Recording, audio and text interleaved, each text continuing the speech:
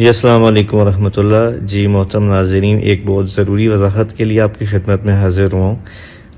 کل سے ایک ویڈیو وائرل ہو رہی ہے جس میں مولانا صاحب فرما رہے ہیں کہ سود دینے سے کام حرام نہیں ہوتا، لینے سے حرام ہوتا ہے. سود دینے سے کام حرام نہیں ہوتا، لینے سے حرام ہوتا.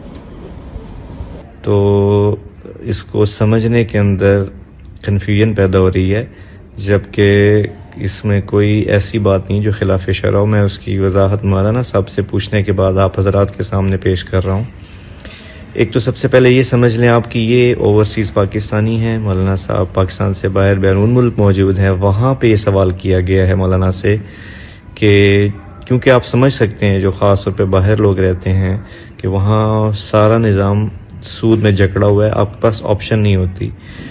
تو اس میں شکل یہ ہے، صورت یہ ہے کہ اگر ایک بندہ جس کو مجبوراً سود لینا پڑا اور اس پہ کاروبار کرنا پڑا، اور وہ کاروبار حلال تھا، یعنی کپڑے کا تھا، ہوٹل کا تھا، گاڑی کا تھا، کوئی بھی حلال کاروبار تھا، تو وہ کاروبار حرام نہیں ہوگا کیونکہ وہ کاروبار حلال ہے.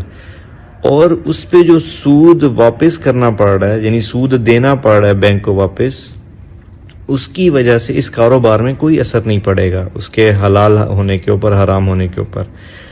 البتہ وہ اس عمل کا شکار ہو رہا ہے وہ بندہ، تو اس کا گناہ ضرور ہے.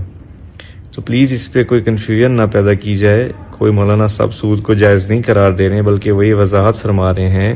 اور خاص طور پہ سمجھ لیجئے ان لوگوں کے لیے جو بیرون ملک رہتے ہیں، ہمارے پاکستانی، ان کنٹریز میں، ان ممالک میں جہاں بہت مجبوری ہو جاتی ہے اور آپ کو بینکوں کے ساتھ چلنا پڑتا ہے سود کے اندر. یہ ہمارے لیے نہیں ہے، اور نہ ہی کوئی وہ سود کی اللہ نہ کرے نعوذ باللہ اجازت دے رہے ہیں.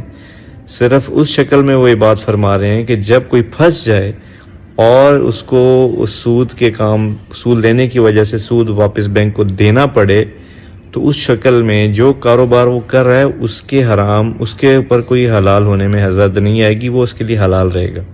جزاک اللہ.